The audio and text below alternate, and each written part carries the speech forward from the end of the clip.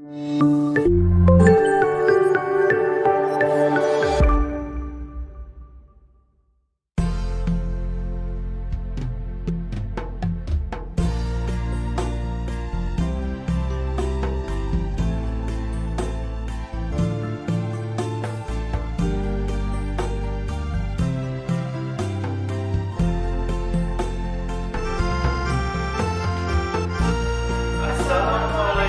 warahmatullahi wabarakatuh. Kami mahasiswa Universitas Muhammadiyah Jambi. Kami mengajak kalian semua untuk bergabung di kampus Universitas Muhammadiyah Jambi. Kami tunggu kedatangan kalian semua di sini. Universitas Muhammadiyah Jambi, profesional, entrepreneur, dan Islami.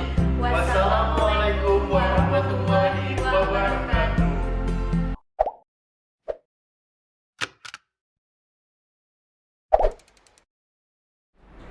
Assalamualaikum warahmatullahi wabarakatuh. Selamat datang kembali di podcast UM Jambi, siaran udara Universitas Muhammadiyah Jambi.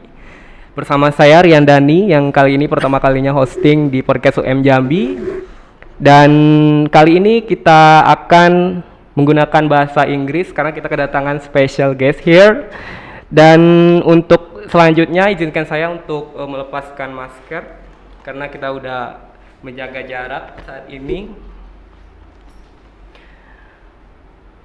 Okay, the first, I'm excited to be here because we have special guest here, Mr. Dr. Sanju Kumar Singh BBS, M.SM, Postdoc. Yes, thank you. How are you, Mr.? Yeah, I'm fine, thank you. Well, It's such an honor to have you here. I'm very pleased as well having with you. So I would like to know, is it your first time to be in Jambi?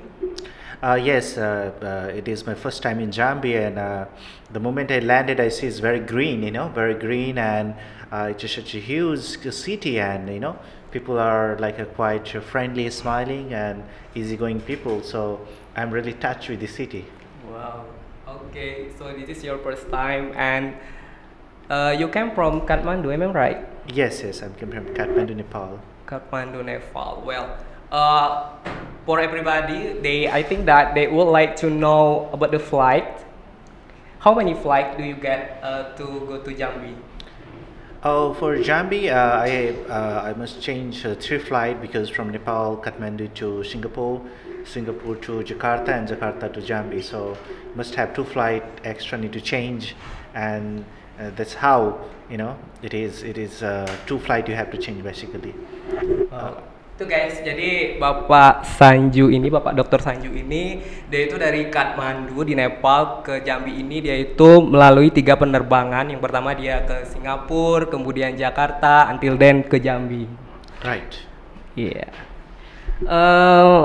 I heard about a fun fact about you. Do you can speak in 3 languages, right? Yes, I do. What kind of that? That's Nepalese, of course. That's my native language, and the second is English. I do, and another is Hindi. I can speak Indian, and that some sorts of Urdu as well. I speaking that is spoken in the widely, in Pakistan especially. So I can speak that language too, and as well I understand Bahasa Indonesia as well. I think I can speak, but yeah, maybe somehow a little bit error, but I can too. Oh, that's very interesting that Mr. Dr. Sanju can speak in 3 languages. But yeah, probably that Sobat UM at home or everywhere you are, they would like to know some words in Nepalese. Probably I love you. Probably you can say to us about how to say I love you in your language. Wow, that's such interesting, Yeah, very I love you. We would like to You know about that. catch the very, very interesting point that you would just want to propose some lady in Nepal. Then Yes, perhaps, probably yeah, for perhaps. Okay. So it's called I love you in Nepali because म तिमीलाई माया गर्छु. म तिमीलाई माया गर्छु. I think I take time to memorize that. Yeah, it is. Yes. This is how it is. So yeah, Maya means love. Mine means love. Maya means love. Maya That means I love you. This means म तिमीलाई माया गर्छु. Okay. That's very unique, right, guys? Yes, indeed. And then Indian, I think like Indian, मैं आपसे प्यार करता हूँ. मैं आपसे आपसे आपसे प्यार प्यार करता हूँ. करता हूँ. Yes. करता हूँ. Wow, that's very interesting to be known about that language. Yes, right. Also that, so you have done an international seminar a few hours ago, and then you sang, right? Sang little bit in Indian. Oh yeah. That was with the lunchtime, right? Lunchtime I did. Probably dari Sobat UM di Jambi mungkin pengen mendengar Bapak ini ya menyanyi sedikit tentang Indian ya, karena Bapak ini bisa menguasai bahasa Nepal, Inggris, kemudian India. Ini sangat menarik ya untuk Bapak. Right. Can you please like sing a little bit in Indian song? Like kuci-kuci utahe, like that. Maybe I can speak a little bit Nepali also and then Indian also. Yeah, that might be good, okay. you know. Okay. So you'll be know about Nepali taste also, you know. Yes, okay. So that's one peaceful song. This is not religious song. This is not just peaceful, you know. That's sung by International Peace Ambassador from Nepal for UN. That's her name is Ani Sangdolma. She sang that song.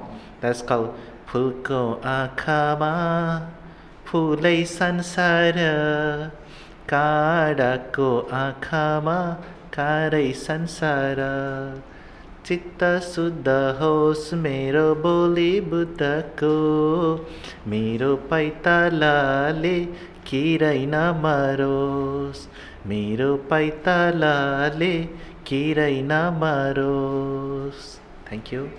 That's Nepali one. Okay, And the Indian one, maybe what song do you want? Kuch Kuch Hota Hai? Yeah, that's right. It's so Okay, familiar in Indonesia, right? What is called? तुम पास आए यो मुस्कुराए तुमने न जाने क्या सपने दिखाए अब तो मेरा दिल जागे न सोता है क्या करूँ हाय कुछ कुछ होता है क्या करूँ हाय कुछ कुछ होता है. Thank you. Wow, give her an applause, guys. That's so great. Thank you. This Thank is your you. first time singing here. Yes. This is the first time that I'm singing on here because you asked me about this kind of interesting entertainment related question. Thank you so much. We heard that You're very welcome. good voice. So, like, probably you can be a professional singer in your country. I'm not sure about it.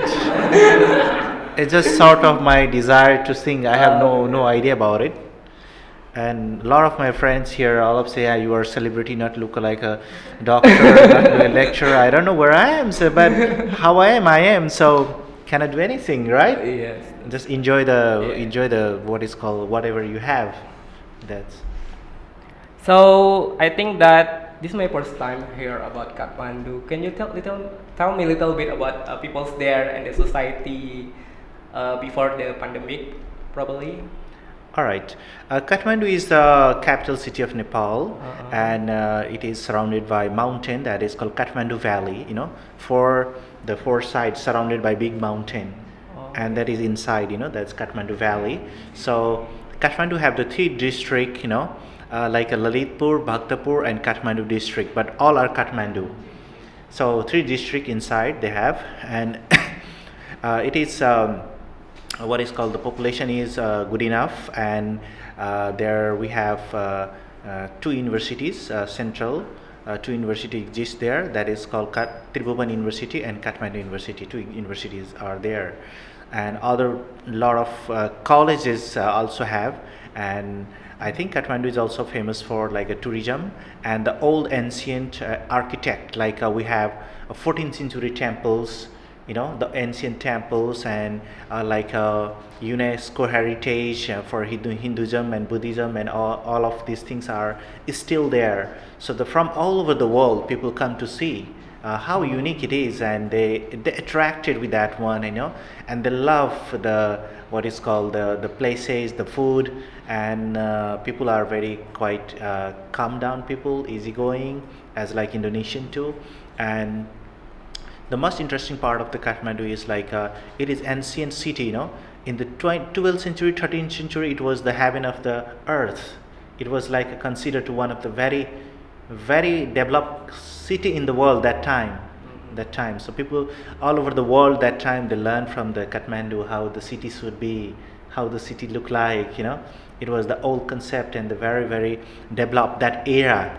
But somehow the time had changed and everything.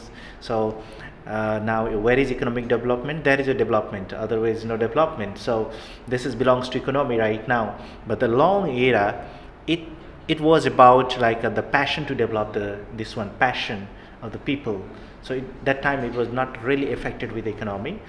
Yes, it does matter that time, but it not that much like now. So that's all I think.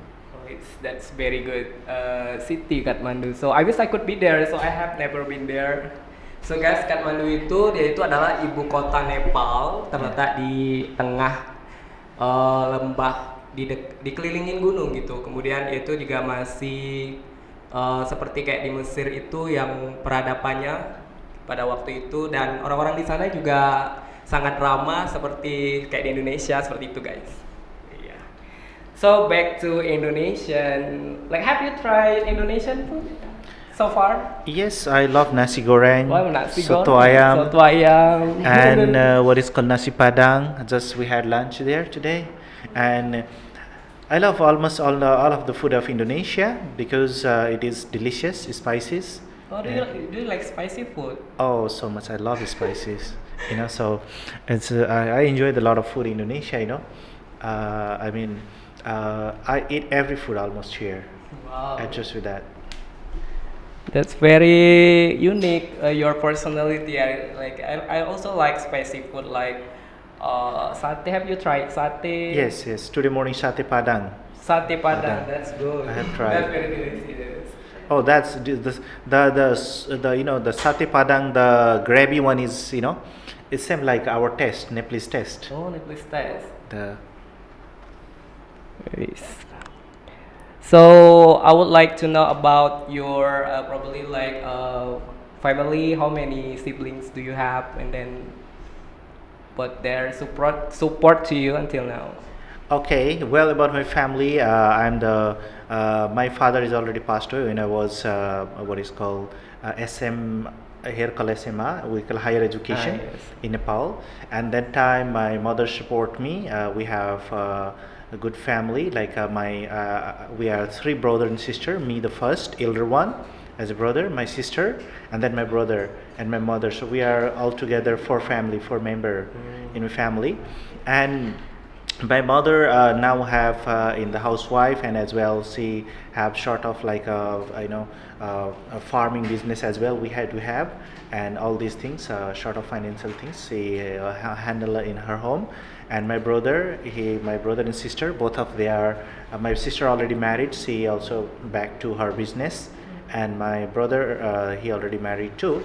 So he's also doing the fish farming business. So all of are quite good. They are going well, doing well. But it's very nice to have a good family like Mr. Sanju. So jadi Mr. Sanju ini dia mempunyai 4 saudara. So are you the youngest one or the oldest one? Three. Oh, 3. I'm the elder one, the first one. Oh, the first one. First one.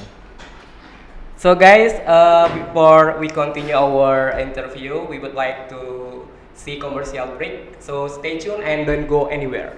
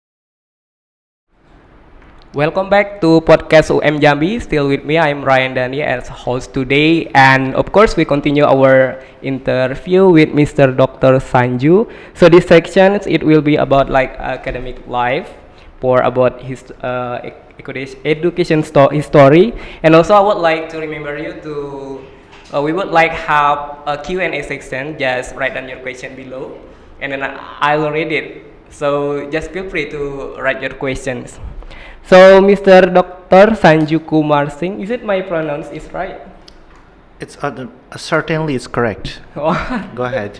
Okay. So, I would like to know about your education history from bachelor and then a master degree and then doctoral degree. Can you tell me about your experience until you get in early 30? Wow, that's amazing. It is such a very challenging, my journey. I just start my what is called high schools in Kathmandu, and then get my bachelor when I was getting my master's while and then I decided to take my MBA outside of my country. So I have tried for UK, USA, and what is called Finland, but fortunately that Indonesian government one scholarship have in a collaboration with it's called NAM, non-aligned movement, that it's called Developing Country Partnership Program. I got that scholarship by Dikti, So I have completed that program with the masters, and again I got PhD scholarship with fund of it's called World Class University Program by what is called Universitas Erlangga Surabaya. So I have completed that program again, and now I have like a joint it's called postdoc fellowship, with the Universitas Erlangga. So I just keep continue, but it was like a continuous journey, non-stop journey. I was like a kind of a little bit tired, but when I see that is called, I realize that time is moving very fast. Yes, So if you not catch at the moment quickly your opportunity, then opportunity will leave you far away. So I just realize that I'm young, I'm energetic, and if I put my effort for these things, it might gonna change a lot of people's lives. Like I'm young, I have knowledge, I acquired the degree, and I can teach, and my idea can change a lot of people's mind, and a lot of people in the transform to the lot of people into educations. So regardless a lot of turbulences in my life, I have achieved so far all of the degree very well, and with I had my best effort to get all my degrees, and that's how I completed. Wow, that's very amazing experience to have, Dr. Sanju. So I would like to know about Tribhuvan University. So are you a lecturer there? Yeah, I'm lectured there, but now because of my study related things, I'm still here. So when I go back, the position will be starting. Wow. So it is kind of for a while, because even though you are working there, but can have leave, can be leave apply. So I'm in not the working mode, but it's still there. So how long you have been teaching in the Tribhuvan University? For me, I was 4 to 5 years I'm teaching, but these days I teach online, so I don't have to be there, and certainly, so online can be done fine, no problem, So even I'm teaching so many universities in Indonesia too, such as Ciputra and Bali, Udayana, and what is called then Undiknas. So I'm having the online teaching as well. So you can teach anywhere from anywhere, any places. So I become multidisciplinary, anywhere, anyhow, any moment. So that's fine. May I know what specific subject that you teach to college students? Basically, my subject is finance, and in finance there is my banking and finance. My PhD topics especially in profitability in banking in ASEAN 5 countries: Indonesia, Singapore, Thailand, Philippines, and Malaysia. This 5 country related research I have done in my PhD. Well, though I teach because in management, basically I teach investment management, international finance, international business, and as well entrepreneurship, and I have taught several subjects, which is related to management in strategy management, and what is called these all are management and human resource as well. But my specialization in finance is basically in finance, so finance related subject I Oh taught. iya. Oke guys, jadi Bapak Dr. Sanju ini dia itu mengajar di Universitas Tribhuvan dan mata kuliahnya itu adalah keuangan. Ya dia juga udah ngajar di situ sudah 4 sampai 5 tahun belakangan ini, dan karena pandemi dia juga ngajarnya online. Yep. And I would like to know about your functional position. I mean, in Muhammad Jambi University, as a lecturer, we have like advertise assistant first position, and then the second one we go to lecture, and then lecture 300, and then we have the head of lecture. Okay. How you can achieve step by step that position? Because since I'm a postdoc, Yeah. postdoc after PhD there is a postdoc, I'm postdoc and I have several publications and I have several several years teaching experience, so I can directly apply in professorship. Wow. I'm eligible for that. So I'm just waiting for a moment that when the vacancy will be open, then apply and then have interview, sort of interview. Hopefully I can be the professor, hopefully next year, 2022. Wow. I mean, I know you can do it. You are very smart and very focused on your achievement, right? Thank you so much for this kind wish. Hope so. So, like difficulty to achieve that position, lecture like that. So probably that in this campus, like the lecture, they have like some of difficulty to read the research. Do you have any tips to make it easier to write the research? To find topic and then motivation, something like that. Certainly, it's not that easy to do research. Yeah. It is for beginners. It is very hard. But one thing I say to them, everyone, that you have to have the word is called starting. You have to start doing everything. So first of all, you start. The problem is that you don't need to afraid. People just start afraid. Oh my God, I cannot do that. This is hard. This seems hard. This seems hard. But that is hard means you can also make it easier. So that is hard. That if there is no problem, what are you going to solve?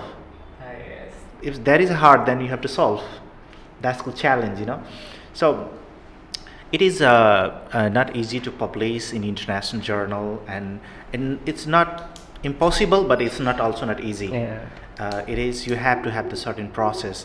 Like there is, I know the Indonesian lectures have one problem, that is English barriers. The first, like English language barrier. While they're writing, they face like, oh, this is tiring, this is boring. But one thing I would like to suggest, like the young lecturers and whoever the lectures in this university, that the lectures need to little bit to struggle. Little bit need to yes, it is tiring, but when you get the result published in your journal, you'll be happy. So my point of view is that you need to little bit focus. Yes. Manage your time, Right. and of course the lecturer of Universitas UM Jambi is quite energetic, quite humble, kind, Very humble. Yes. But one thing is that they need to do is that my opinion, it is not like a very remarkable, just like a simple opinion is that little bit you need to manage the time for research if you want to publish international journal. But it's not hard, trust me, it's not hard, and it's not that easy too. So you know what I mean. That means you have to go for process, going to process, that you have to take a look and this. But if you don't know, then you have several way. You have many research and lectures. You contact them how to get it. You have to active in that sector. Like we operate the camera. That means we have to plug here and plug there, connect, right? If you not connect, it cannot run. Yeah, it's cannot So you have run. to, all the equipments you have to connect. instrument that you have to have headphone, this one electric and wire, what up setups, then it function.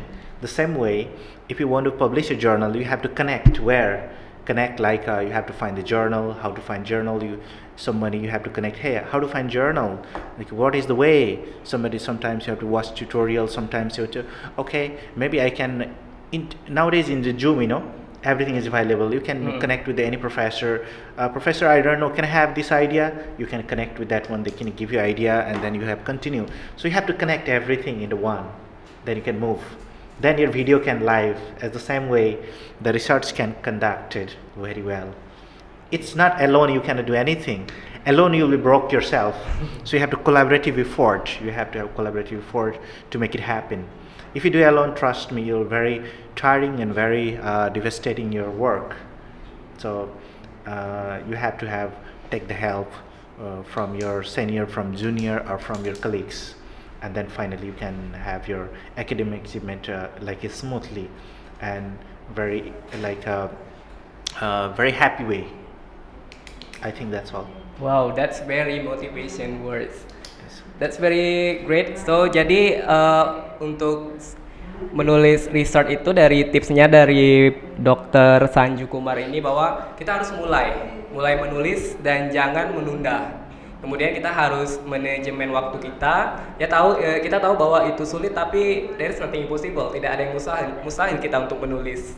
Ya, dan juga kita harus menanyakan sama senior kita tentang bagaimana kita menulis penelitian tersebut. Just do it and then don't getting in postpone. One thing I would like to add, like see, any researcher, top researcher in the world, whether it's Stanford, whether Harvard, whether wherever, they also start from the zero. Yes. So if they achieve, why not we? Yeah. Why not I? So the key is that you have to start and non-stop. You have to go for it, because what I believe that if the lecturer from Stanford and Harvard can do that, why can I not do that? It's the same person. They have also 2 legs, I also have 2 legs. They have 2 eyes, I also have 2 eyes. They have 1 brain, I also have 1 brain. Yeah. So what thing is stopping you? That you is stopping you to you. Who is stopping you? That is one quotations. For you to fly, you no need a wing. Yes, you need a wing and then. No. You no need to wing. You don't need to wing. Sorry. But the barrier which is caught, the barriers that you have to cut, you can automatically fly. Ya, jadi kalau kita memang mau menulis research, jadi kita harus memang memulai memotivasi kita, karena kalau orang lain bisa, kenapa kita nggak bisa? Seperti itu. Closing, I think probably there is a questions. There is a question. I wanna write it. This is from Mrs. Nia, our lecturer here in Muhammad Jambi University. Hi, Mr. Sanju. I am Nia from UM Jambi. Nice to know you, Mr. Sanju. Well, I have written several journals and focus on writing about financial management. Would you please give me an advice how to go to international journals, publish and Scopus, and I hope one day I can collaborate with you. Well, it's good questions from Nia. Thank you for the questions, Miss Nia, and wish you all the best for your ongoing research work. And I hope that you'll be able to publish your journal in international, what is called ISI, International Standard, institution related journal, and in Scopus Index journal. And for publishing Scopus journal, all you need to because international journal, especially Scopus Index journal, they have certain standard, quartile 1, quartile 2, quartile 3, and quartile 4, like a Q1, Q2, and Q3, and Q4. So definitely to getting in higher quartile journal, Q2 and Q3 or Q1, it's the more quartile is going up, like a Q1, it's more harder, because they need a strong novelty, they need a strong your database, updated data, and your methodology should be strong, and your results should be much consistent, and you have to have novelty, strong novelty. Then you can publish in quartile 1.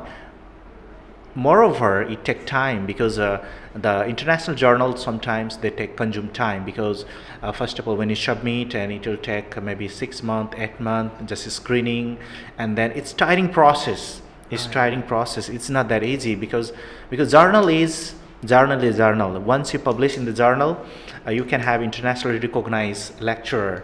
So that's why it is people how it is take is easy is normal journal is no. That's why the journal have different value.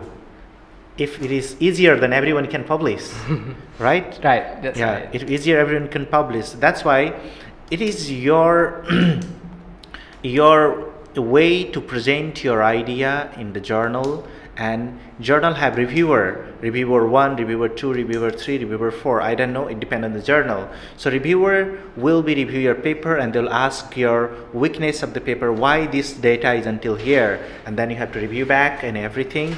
So you have to always rigorous, always be ready for that, to reply their answer by email, and what is called reply with the revision, good revision, Yeah, what they ask, Mm. what they ask, and finally hopefully they can accept if you have everything valid, your result is valid, your theoretical literature review is valid, your all the output is like result and what is called and your conclusion is good.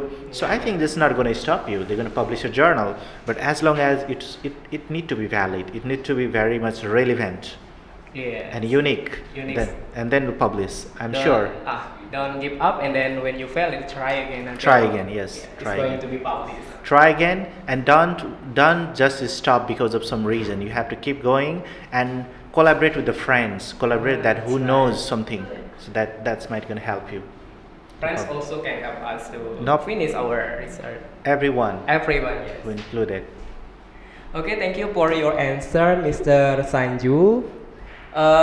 Well, before we close our podcast today, I would like to know about your motto or quotes in your life to motivate you to always encourage you to do your research or even to be like a successful person. Okay, I'm not that still successful. I'm still on progress. Though thank you for your kind words and your appreciation regarding my what is called progress and ongoing progress. Though I would like to remark that it's called in my life I never take a journey as a challenge. I say journey is the destination. Right. Journey is the destination. I do not take, I have to reach there. No. If I say I will reach there and that's achieved, then motivation will no longer exist. So my journey is my destination. So enjoy the journey.